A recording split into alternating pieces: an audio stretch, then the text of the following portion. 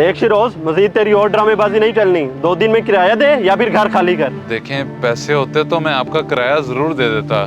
मेरा कारोबार बिल्कुल खत्म हो गया है। मैं 2 दिन में ये मकान कैसे खाली कर दूं?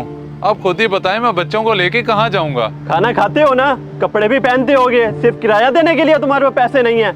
और मैंने तुम्हारे बच्चों का ठेका नहीं उठाया हुआ। अल्लाह बेहतर जानता है कि हम लोगों की रोजी रोटी किस तरह से चल रही है। आप मुझे सिर्फ और सिर्फ 1 हफ्ते का टाइम दे दें, मैं किराया कहीं ना कहीं से आपको कर दूंगा। 1 हफ्ते में कौन सा तेरे पास जादू का चिराग आ जाना है? अगर फिर भी तूने पैसे ना दिए ना तो कानूनी कार्रवाई के लिए तैयार रहना। इंशाल्लाह ये नौबत कभी नहीं आएगी।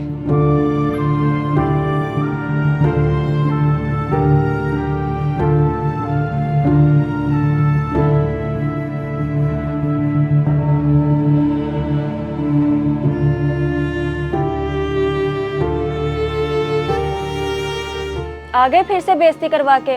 कब तक ऐसे बर्दाश्त करेंगे? आखिर आप जाते क्यों नहीं अपने भाई के पास? जब तक जिंदा हूं तो ये बर्दाश्त तो करना पड़ेगा। शायद यही हमारा मुकद्दर है। तुम उस भाई की बात करती हो जिसे कोई फर्क ही नहीं पड़ता कि हमारे हालात कैसे हैं। खुदा का वास्ता है, अपने लिए ना सही तो अपने बच्चों की हालत पर तरस खाएं और जाकर उनसे अपना हक मांगे। पहले कितनी बार गया हूँ, अगर अब फिर तुम कह रही हो तो मैं दोबारा चला जाता हूँ उसके पास। अब आप दोबारा चले जाएं और उसे जाकर कहें कि खुदारा हमें हमारा हक दे दे और इस बार खाली हाथ मत आइएगा। मुझसे हमारे घर की ये हालत देखी नहीं जाती।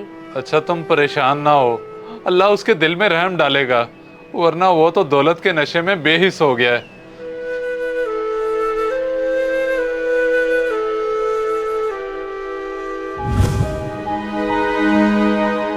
तुझे कितनी बार का यहाँ मत आया कर, मैं मसरूफ होता हूँ। तेरी इन फजूल बातों के लिए मेरे पास टाइम नहीं है। अच्छा, तो अब तुम्हारे पास टाइम नहीं है?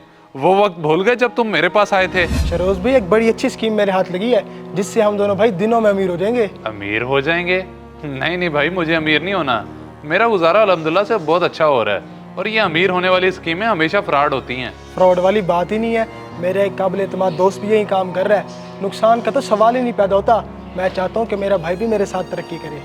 भाई, मेरी समझ से बाहर हैं तेरी ये बातें, और ना ही मेरे पास इतने पैसे हैं। पैसों की फिक्र क्यों करते हो? ये घर है ना, बेच दो। क्या तुम नहीं चाहते कि तुम्हारे बच्चे अच्छे स्कूल में पढ़े, अच्छे कपड़े पहने, उनके पास गाड़ी हो, बंगला हो? बस जैसे मैं कहता हूँ ना वैसे कर लो। मैं बेवकूफ़ तुम पर एतबार कर बैठा, अपना घर बेचकर सारे पैसे तुम्हें दे दिए। भलाई का तो जमाना ही नहीं है। मैंने तो तुम्हारा फायदा सोचा था, अब नुकसान हो गया तो मैं क्या करूँ? तुम्हें तो कभी कोई नुकसान नहीं हुआ, बल्कि तुम तो दिन ब दिन अमीर होते जा रहे हो और मुझे तुमने सड़क पे लाके खड़ा कर दिया। भाई ये देखो, मेरे हाथ जुड़े हैं, मुझे मेरे पैसे वापस कर दो, वरना वो मालिक मकान मुझे घर से निकाल देगा। निकालता है तो निकाल दे, मुझे कोई फर्क नहीं पड़ता। खुद तो जिंदगी में कुछ कर नहीं सका और मेरी तरक्की से जलता है। अब दफा हो यहाँ से, मेरे सोने का वक्त है, मुझे तंग ना कर।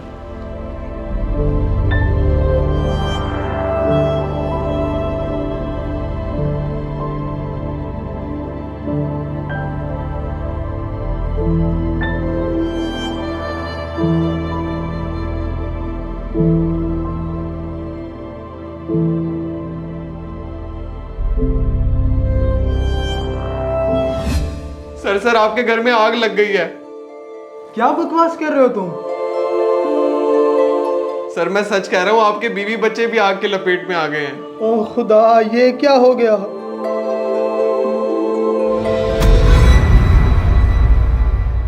शुक्र है ये सब ख्वाब था। अल्लाह ना करे कभी ऐसा कुछ हो। मैंने अपने भाई के साथ जो गलत किया ये सब उसी का इशारा है। वो बेचारा पता नहीं किस हाल में है, मुझे उसकी मदद करनी चाहिए। मैं अभी जाता हूँ।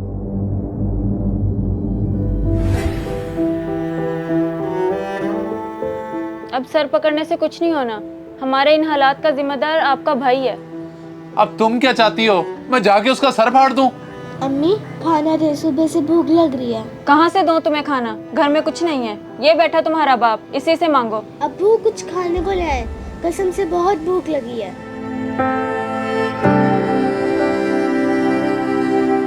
अब क्या तुम हमारा तमाशा देखने आए हो? नहीं, ऐसी बात नहीं है, बल्कि मैं आप लोगों को लेने आया हूँ। आप चले मेरे साथ, हम लोग इकट्ठे रहेंगे मेरे वाले घर में। अब कौन सी नई चाल है तुम्हारी? हमें माफ करो, मेरे पास और कुछ नहीं है। आपका गुस्सा बरहक है, मगर अब मुझे अपनी गलती का एहसास हो गया। मैं लालच में आ गया था।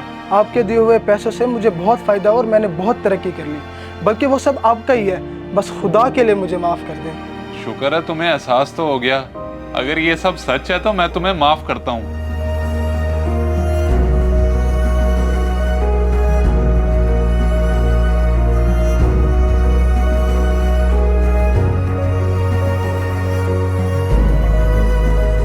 इस वीडियो को सदका जारिया समझकर जरूर शेयर करें। हो सकता है आपका एक शेयर किसी की जिंदगी बदल दे।